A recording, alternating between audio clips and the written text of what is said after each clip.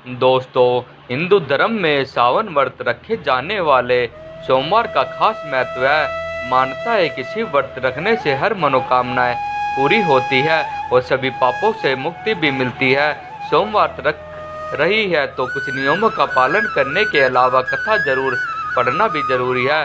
पुराणों में भी सावन सोमवार की कथा सुनने का लाभ वर्णित किया गया है। चलिए आपको बताते हैं पूरी सावन व्रत कथा।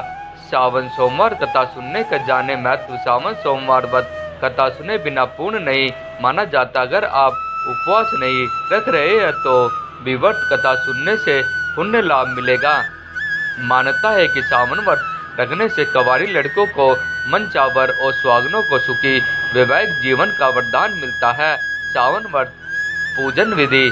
सुबह स्नान करने के बाद शिवलिंग की विधि विधान पूजा करें और सूरज को जल जरूर दे। भगवान शिव को पंचमृत पुष्प धूप धतूरा चंदन चावल शहद और बेल पत्री चढ़ाए और आरती गाए। इसके बाद उन्हें भोग लगाए और पूरा दिन व्रत रखे। अगली सुबह भगवान की आराधना करके व्रत खोले। सावन सोमवार की संपूर्ण व्रत कथा।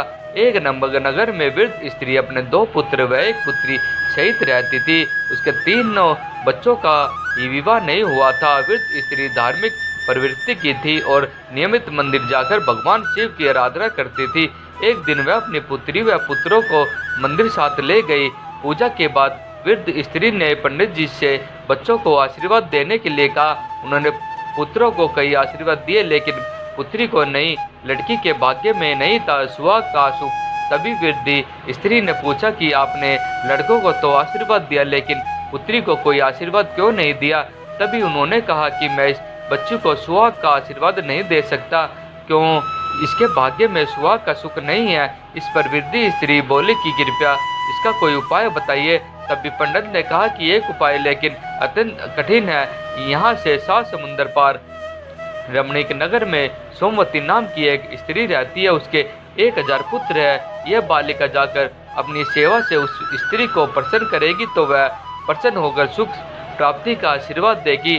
पंडित जी ने सुझाया उपाय। पंडित जी ने के कहे अनुसार पूरा परिवार गांव के लिए निकल पड़ा। उन्होंने 6 समुद्र तो किश्ती के सारे आसानी से पार कर लिए लेकिन 7 समुद्र किश्ती नहीं थी। तभी वह भगवान शिव से प्रार्थना करने लगे। तभी पेड़ पर बैठे एक हंस ने कहा कि मैं आपको पत्तों की एक पेड़ी बनाकर देता हूँ, आप इस पर बैठकर समुद्र पार कर लेना। वृद्ध स्त्री परिवार सहित पेड़ी पर बैठकर 7 समुद्र को पार कर गई। थोड़ी दूर चलने के बाद उसने सोमवती व उसके पुत्र व बहुओं को देखा। पूरा परिवार सोमवती के घर के पास छिपकर रहने लगा। लड़की करने लगी माँ सोमवती की सेवा। सोमवती रोज सुबह स्नान करने के लिए नदी के तट पर जाती। तभी वृद्ध स्त्री की पुत्री उसके घर जाकर झाड़ू चौखा बर्तन आदि साफ करके वापस आ जाती। महीने तक ऐसा ही चलता रहा। सोमवती सोचती थी कि रोज ऐसा कौन कर जाता है।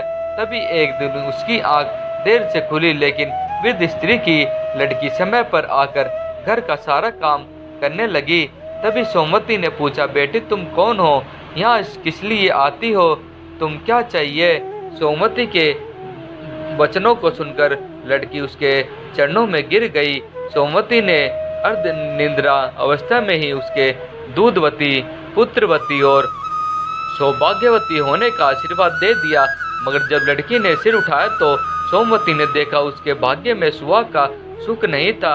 माँ सोमवती के आशीर्वाद से तय की शादी। तभी लड़कों का पूरा परिवार आकर सोमवती से प्रार्थना करने लगा और कहा कि अब आप ही उसकी माँ है और इसको इतनी खुशी दे सकती है।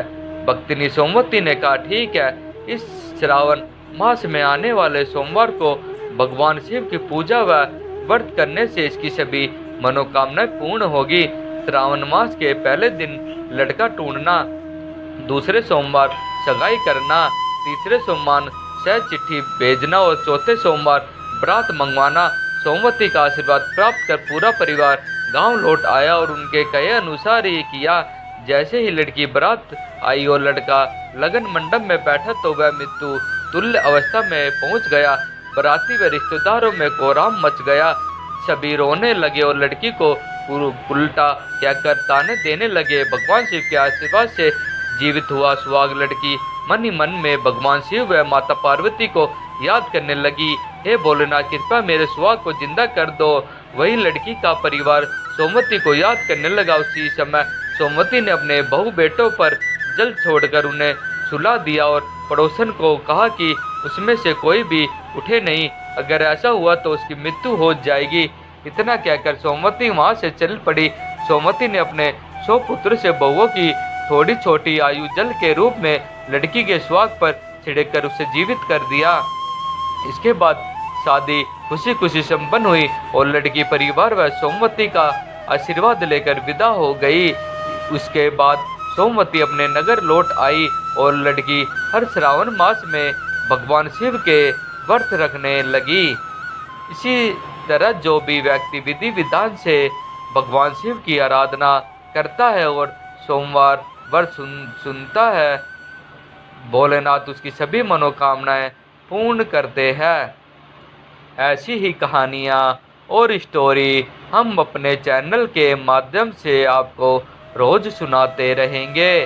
कृपया करके हमारे चैनल से जुड़े रहने के लिए हमारे चैनल को like, share, comment and subscribe जरूर कर ले।